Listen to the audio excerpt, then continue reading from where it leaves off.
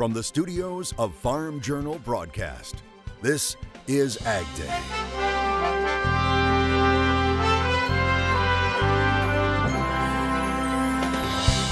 Coming up on AgDay, new numbers from USDA report the farm economy isn't as bad as first thought. There may be more hopeful signs regarding trade talks with China as a new push begins to get the USMCA passed. We know there are a lot of Democrats out there that want to vote for that, need to vote for that. AgDay, presented by the all-new Chevy Silverado, the strongest, most advanced Silverado ever. Good morning, I'm Clinton Griffiths. As tensions escalate between the U.S. and China and the two sides trade retaliatory tariffs, U.S. officials will be in Canada today trying to make progress on the trade mission there. AgDay's Betsy Gibbon joins us from the newsroom. She talked with one of those officials making the trip. Clinton, USDA Undersecretary for Trade and Foreign Ag Affairs Ted McKinney is leading the trip. He's taking 41 agribusinesses and associations over to Canada to look to expand trade. Undersecretary Ted McKinney meeting with farmers in Indiana, promoting the U.S. Mexico-Canada free trade deal. The deal still needing congressional approval. But I think, frankly, it's in the hands of Speaker Pelosi.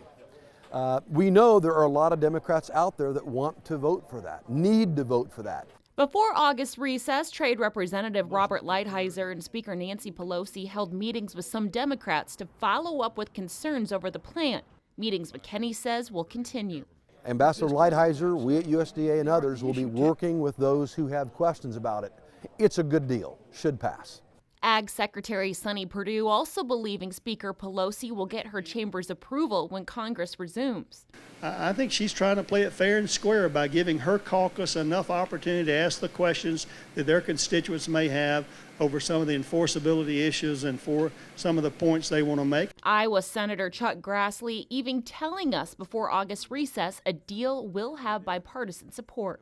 But it won't be brought up in the House of Representatives until Pelosi is comfortable with it, and we got to have some patience with her, and I have some confidence that when she tells me that she wants to get to yes, she does want to get to yes. With Congress resuming this month, many hope there will be fresh momentum to get the plan passed. And if we can work through these issues, this is something that we can get the implementing bill sent up to the Hill and get it to the floor and get a vote this fall. The deal also has to be ratified in Canada before it can go into effect. Mexico has already ratified it. Clinton?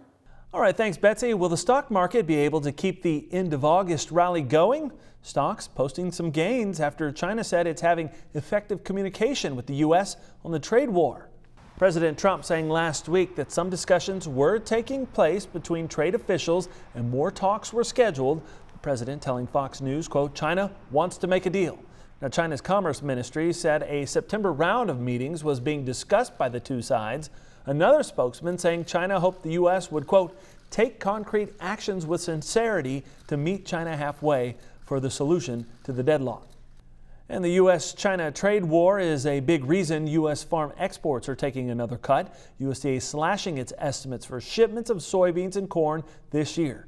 It says total agricultural exports will decline 6.2% from last year to $134.5 billion. Now, if those numbers hold, it would be the lowest since 2016.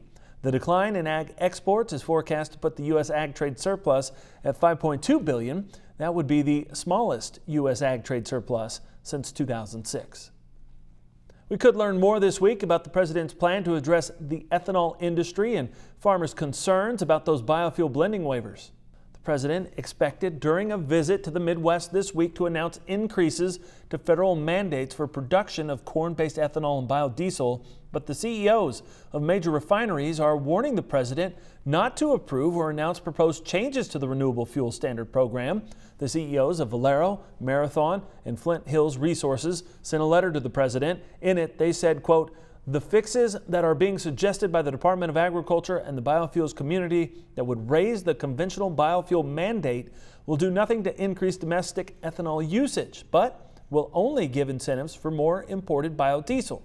Oil industry advocates say the industry will fight changes through the EPA rulemaking process and are prepared to use legal options. It may be harvest time for some wheat crops, but it's planting time again in other parts of the country. Meteorologist Mike Hoffman has more in today's crop comments. Mike. Thanks, Clinton. Let's check out some sugarcane planting in deep South Texas. Bryce Wild sharing this with us on Twitter. Bryce saying he's using cane cut into 8 to 10 inch billets for the seed source. He says each billet has 2 to 3 eyes, which is where the cane emerges from. He says they hope to make 5 tons plus of sugar per acre. And taking a look at the jet stream, you'll notice the ridge is out west. That's been there for a while, just a slight trough in the east, northeast, and that's keeping those folks like the Great Lakes from the northeast on the cool side. We'll find out if any changes are in store in my forecast coming up. First, here's some hometown temps. Introducing Farm Journal TV, on demand 24/7. AgDay, Machinery Pete TV. U.S. Farm Report on your phone and tablet. Download the Farm Journal TV mobile app today. Keeping you posted on Ag Vote 2020, Democratic presidential candidate Bernie Sanders recently making a trip to Iowa where he talked about clean water. His campaign posting this video to Twitter of him meeting with a couple that believes their lake and drinking water are polluted. In the video, blames it on agricultural nitrates. It says runoff from industry and from farms ends up in their well. Actually took a bus trip to take a look at some very, very large factory farms, pork farms, pig farms. And people there are very worried about the manure runoff, the nitrates. Apparently this is an issue all over the state. In the video, Sanders says the issue of water is not just an Iowa issue, but a national issue. Now, the video does not include any farmers or representatives of a watershed or the agricultural industry. Sanders says he would create a trust fund of $35 billion a year to overhaul the nation's water infrastructure. A Vermont farmer says most of the 250 pigs that escaped his farm earlier this month have returned with the help of a trail of hot dog buns. Walter Jeffries of Sugar Mountain Farm, southeast of Montpelier, says his fence was hit by vandals last month. He says roughly 50 adult pigs and 200 piglets got out, and he says he managed to get most of them back. But the town clerk says some of them are still being spotted on roads near the farm, and that's creating a lot of problems for drivers, walkers, and the pigs. We can issue the civil tickets to him. We have no further control. The state and the federal government and the state police need to take action to control this situation of loose pigs in Orange. It's out of our jurisdiction. We don't have any control over this. We don't have any way to contain the pigs. We have no way to remove the pigs. The clerk says the farmer faces a fine of nearly $82,000 for the animals being in the town right of way. Still ahead, something we don't always talk about, the feed market. We dive into it at the Farm Progress Show with Chip Flory. And later, a celebration of beer, yes, but also of the container in the country. Closed captioning is brought to you by BASF. Grow smart with BASF. We create chemistry.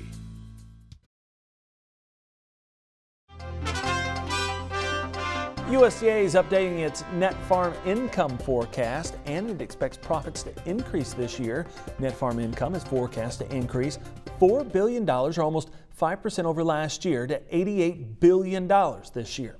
That would put it more than 35% below its peak from 2013. Traders back in action today after a long holiday weekend, hoping to continue the small gains for corn and soybeans made on Friday. Here's an update from the CME. Today in the grain market, soybeans were higher. Exports really pushed past that USDA forecast. It's now 1.79 versus 1.7 million bushels. And that's really significant because for the last number of months, we were really worried that we weren't able to do it. Now, also this cool weather forecast for the long weekend is possibly will slow maturity for soybeans. Certainly soybeans much more than corn, but that gave the market a little bit of a lift. It didn't get up to double-digit rally, but it's relatively strong. Corn was also firm today. The uncertainty about the U.S.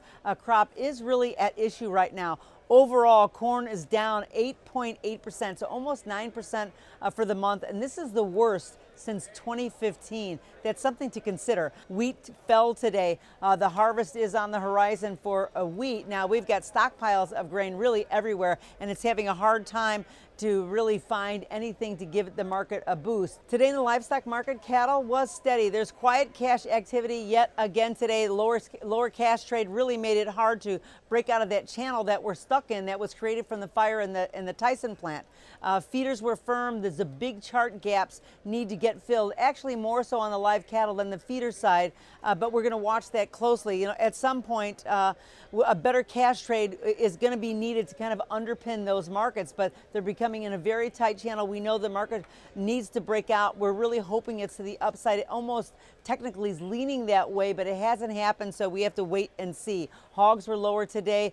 Struggling pork values is really what pushed it lower, but it did hurt that underlying support. However, the futures did well this week to recover from the collapse from last week, Friday. So that's boding well for the market. And of course, we've got 3 days before we come back to trade again. And perhaps there's plenty of upside potential really for the hog market, but we are going to need help with a trade resolution. And that's going to be number one on the list. If we can get that going, then we've got a lot of product to move, and that will absolutely help the futures market. Chip Flory joining me here at the Farm Progress Show in Decatur, Illinois. Great part of the country to be. It's a fun show as always. Beautiful weather. Beautiful. Can't ask for better. I didn't even have to wear mud boots today. Mother Nature finally got it right in 2019. I know, right? 1 week.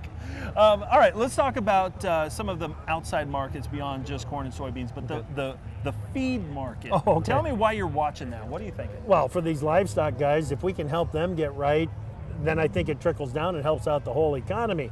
And part of that is knowing your costs, your cost of gain, knowing, you just need to know your costs if you're feeding hogs, if you're feeding those cattle.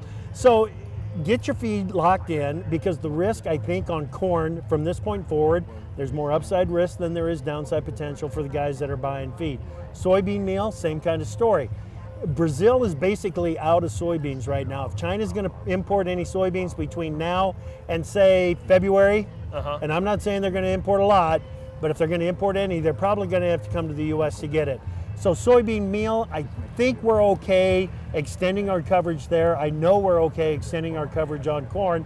Get your costs locked in and let's go forward and make some money on cattle and hogs. Yeah, that'd be all right. And that would be an encouraging sector of this industry that we need to see have a little robust growth this year. Absolutely. Think about it with the cattle guys and the dairy guys. I mean, if we can get them hopping and bring some profitability back into the feed yard, it helps your ethanol market too because of the DDGs. It helps everything, and I think we need to stay, at least for a while, we need to stay focused domestically. Let's get our ethanol situation straightened out. Sure. And let's get these livestock markets straightened out and get the guys making some money. All right. Well, appreciate the perspective as always, Chip, and this beautiful weather. We'll be back with more Ag Day coming up in just a minute. Join Andrew McCrae for Farming the Countryside, a farmer-focused podcast that is all about production agriculture. Farming the Countryside is available wherever you listen to your favorite podcast and is brought to you by Nutrien Ag Solutions, the world's largest provider of crop inputs and services.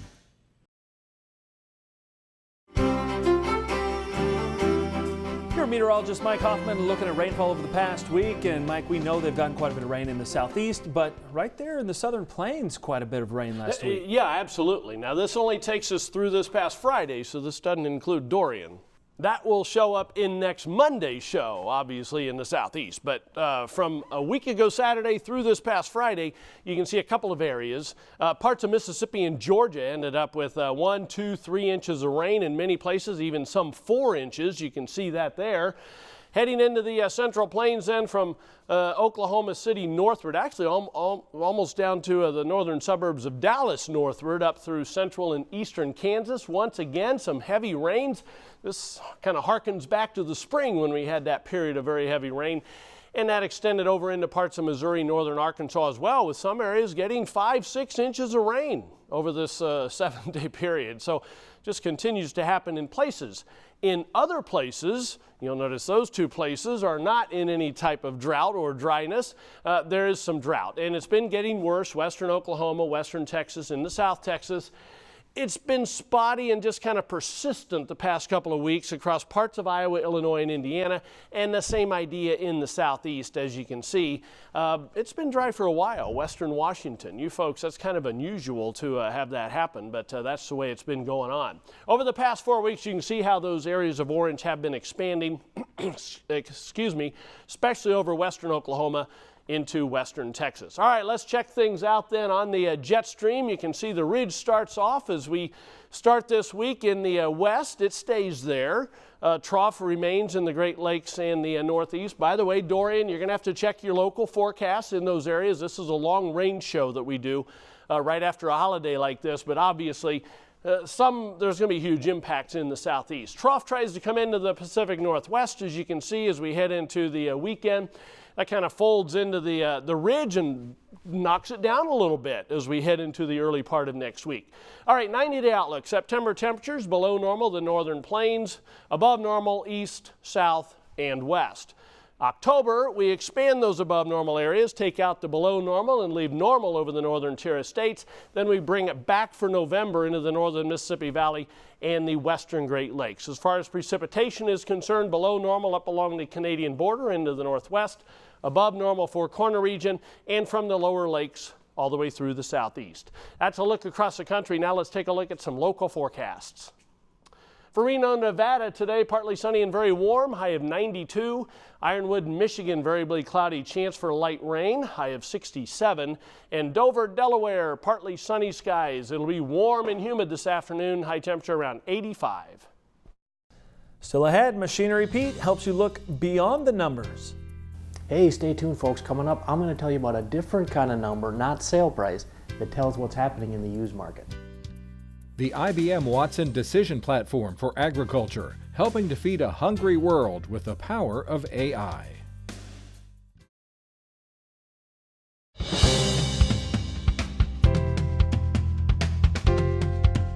Machinery Pete is back this week, and he says when it comes to buying used farm equipment, price isn't always the most important thing. So I'm a numbers guy. You guys know that. I've been reporting now 30 years, all these auction sale prices, trying to highlight trends, what's happening in the used market. But I tell you, sale price isn't the only number that matters. Obviously, number of hours, hugely important. But also, there's other kind of numbers that mean a lot. And a lot of these numbers come from some of the 1,100 auction companies I've been working with 30 years to compile this data. For example, last Wednesday, our good friends at Weeman Land and Auction in southeast South Dakota had their annual pre-harvest consignment auction. And auctioneer Derek Weeman dropped me a note after the sale and he said, Pete, we had 1,500 on-site registered bidders, 600 online bidders. He said we had 1,500 lots, we sold 6 retirement lines, we sold until 6:30 at night. He said it was the biggest auction we've had in 10 years. And Derek reported the crowd was very chipper and buoyant, despite the very difficult times we're in right now. And I tell you, the crowd came to spend money.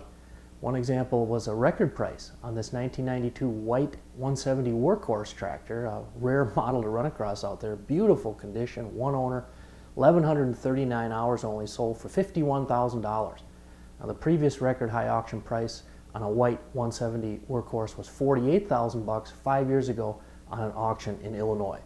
So I think proof here again, folks, like I've been saying, since the end of 2017, despite the hard times, what it's done, it's focused attention in the used market on finding and buying the best quality used options.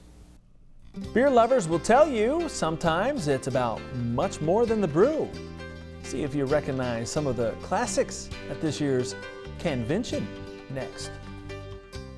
Closed captioning is brought to you by BASF. Grow smart with BASF. We create chemistry.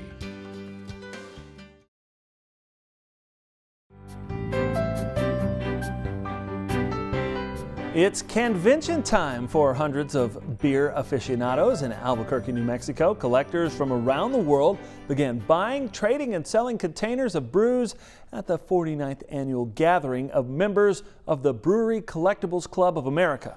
Now see if you recognize any of these labels. One collector said some of the mostly empty cans of beer are selling for hundreds and in some cases thousands of dollars, while others decide to swap their 6-packs with fellow fans of foam. One organizer says he comes more for the friendships than the cans themselves. So convention is, I always refer to it sort of as it's the Comic-Con of beer memorabilia collecting, if you will. Because, you know, we're all here in our shirts and our costumes and all of that stuff just like they are. But, you know, everything revolves around beer for us. And it can be, you know, consuming it, collecting it, trading the various cans and bottles, tap handles, neon signs. Now, after the swapping ends, some participants go to what else but a beer tasting. And that's all the time we have this morning. We're sure glad you tuned in and spent part of your week with us. From all of us here at AgDay, I'm Clinton Griffiths. Have a great day.